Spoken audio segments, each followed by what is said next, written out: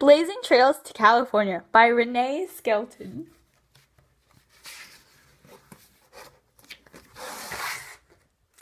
It could be said that beaver hats helped settle the frontier or land that lies below settled area in the United States. In the 1700s and early 1800s, all the well-dressed men in Europe and some in North America wore beaver fur hats. Each year, thousands of beavers were trapped and killed for their fur. Trappers caught so many beavers in Europe that they disappeared in many areas. Hat makers needed a new supply of beavers, so they turned to North America. Trappers spread out through the forests and trapped as many animals as possible. They trapped so many that beavers became scarce in the eastern forests of North America too. Trappers found a new source of beaver furs in the early 1800s. In 1803, President Thomas Jefferson bought the region named Louisiana from France. The search for beavers was pushed pioneers through the region and across the continent, all the way to California. In 1803, the Louisiana Purchase doubled the size of the United States. Florida, Spain, United States, Louisiana Purchase. Oregon County, Mexico, Spain. This illustration of a fashionably dressed man was published in Paris, France. His coat is trimmed with fur, and he holds his beaver fur top hat.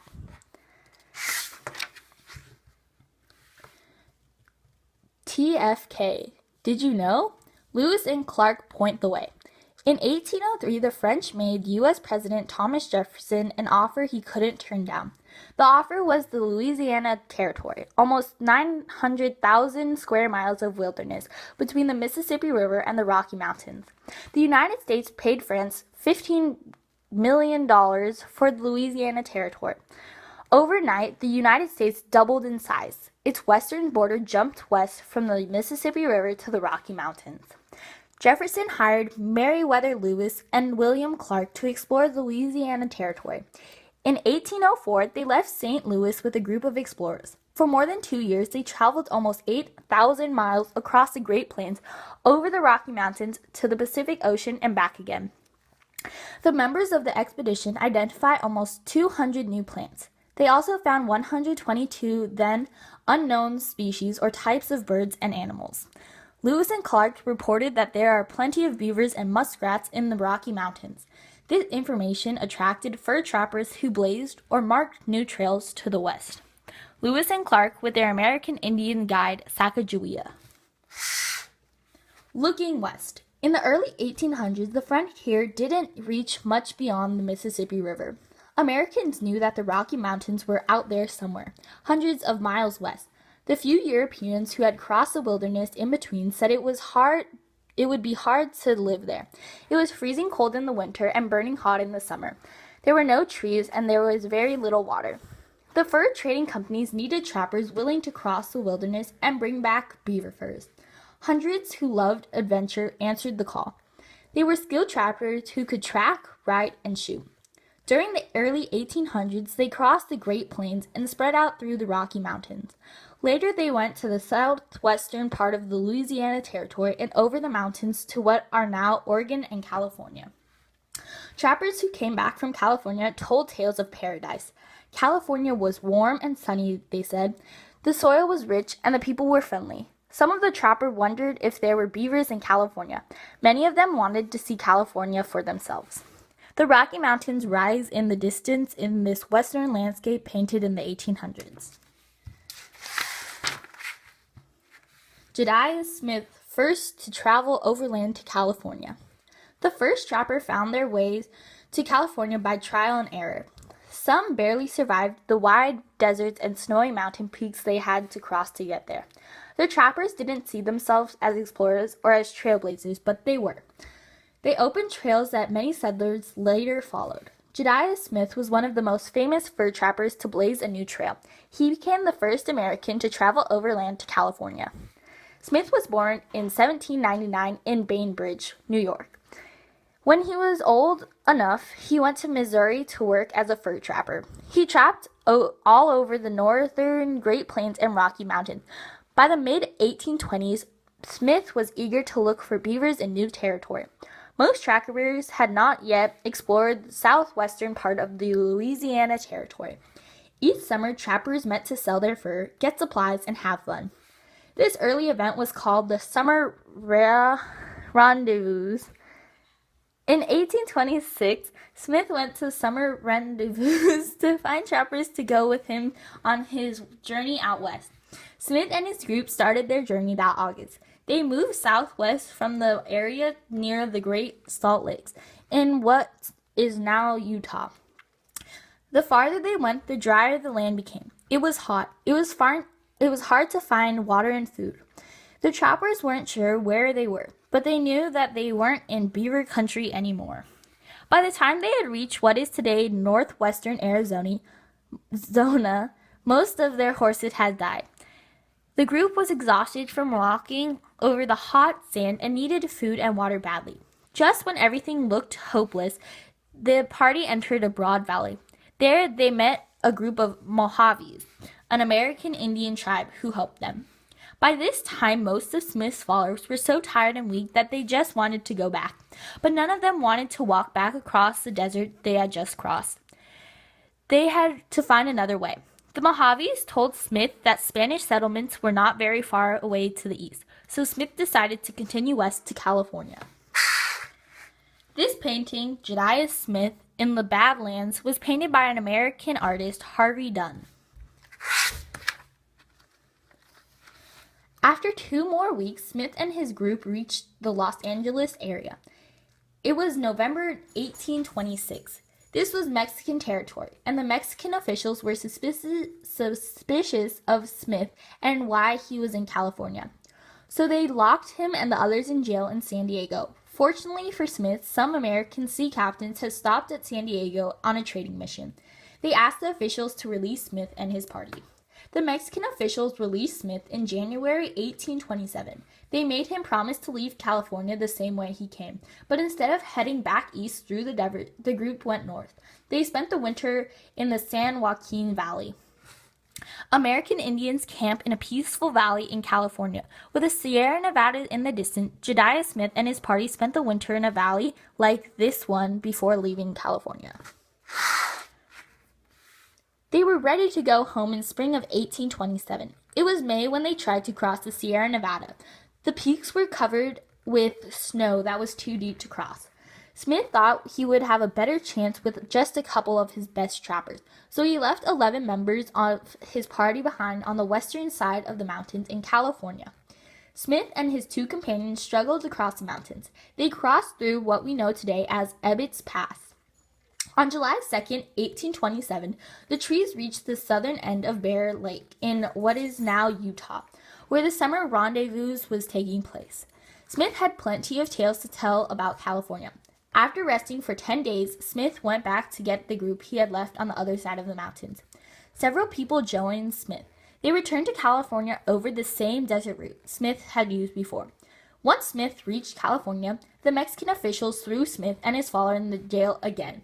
But again, American traders persuaded the officials to let Smith go. This time, the officials told Smith to leave California and never return. He led his group back to the United States territory. Smith never went back to California.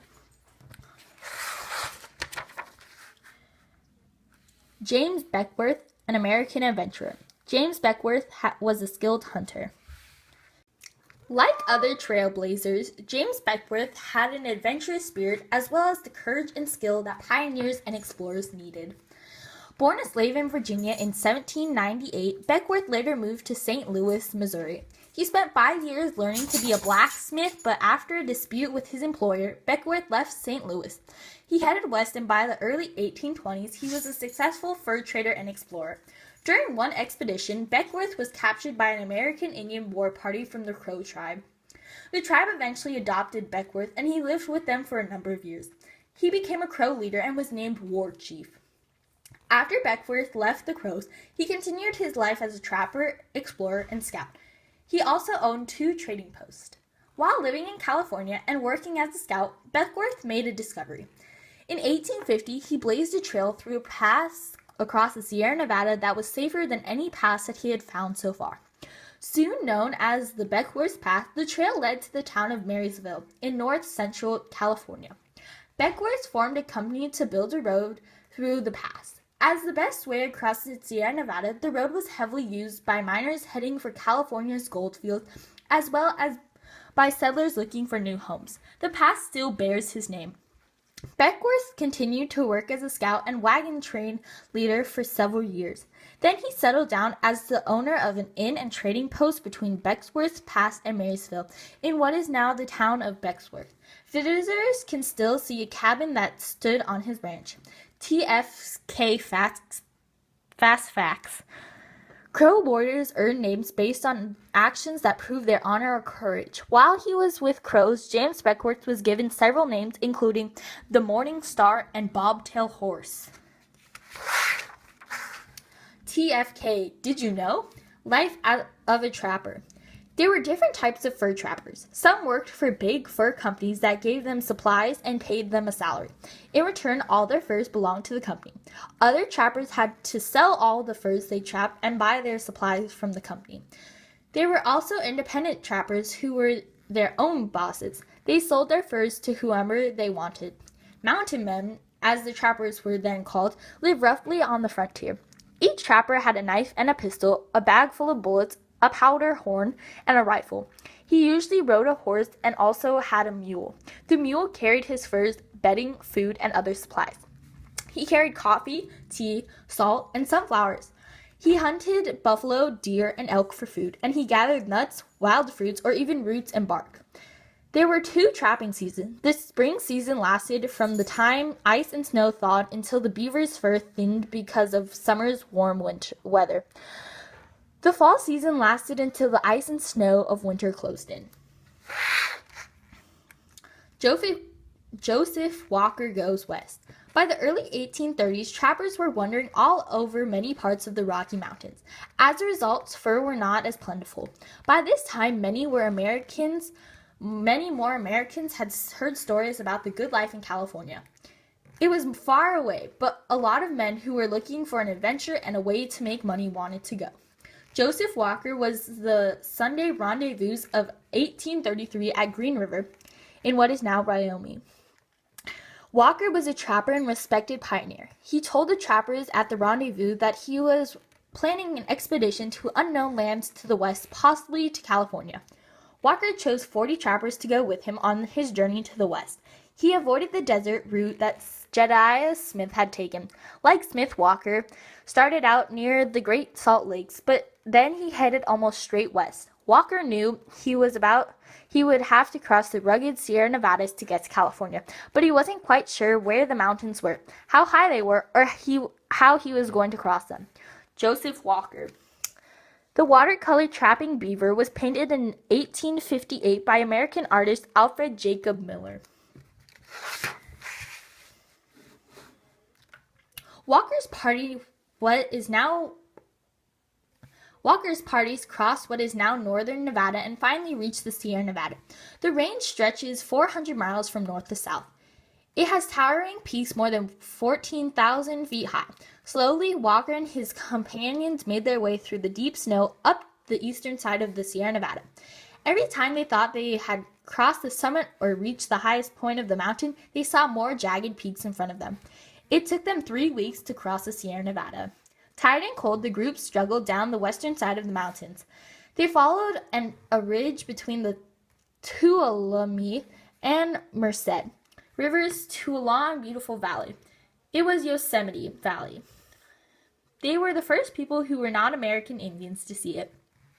They lowered their horses and baggage down to the steep mountainsides by rope, and they scrambled down themselves.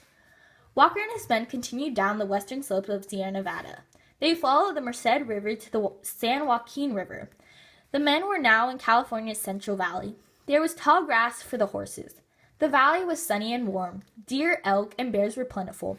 Walker and his men headed west. In late November, they reached San Francisco Bay and the Pacific Ocean. Then they went south to Monterey, where they stayed about 3 months, eating, resting, and enjoying themselves. The Mexicans there offered Walker a 50-square-mile piece of land if he would stay and bring in 50 families to settle the area. But Walker decided to go back to the United States. In February 1834, Walker headed back east. He and his group walked along the base of the Sierra Nevada looking for a new place to cross. Near the source of the Kern River, Walker found a passage through the mountains. Later, this passage would be named Walker Pass. In a few years, settlers would use Walker Pass as a main route through the Sierra Nevada to California.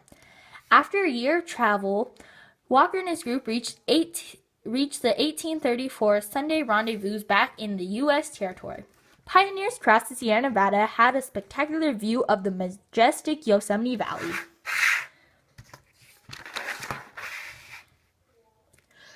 Contributions of the Trailblazers.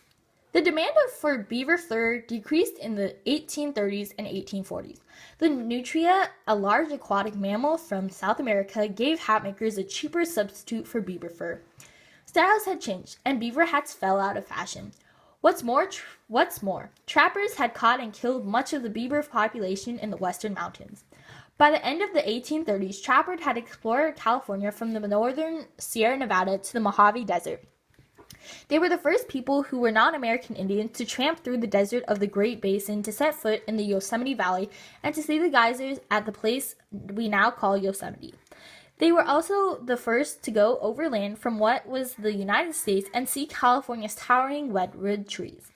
Trailblazers such as Jedidiah Smith, James Beckwourth, and Joseph Walker showed other Americans how to get to California.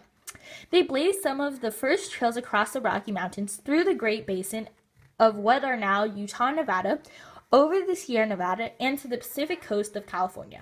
They became the nation's first experts on the West. They made it possible for the first pioneers and settlers from the east to find their way to California. A wagon train of pioneers travels westwards through the Rocky Mountains.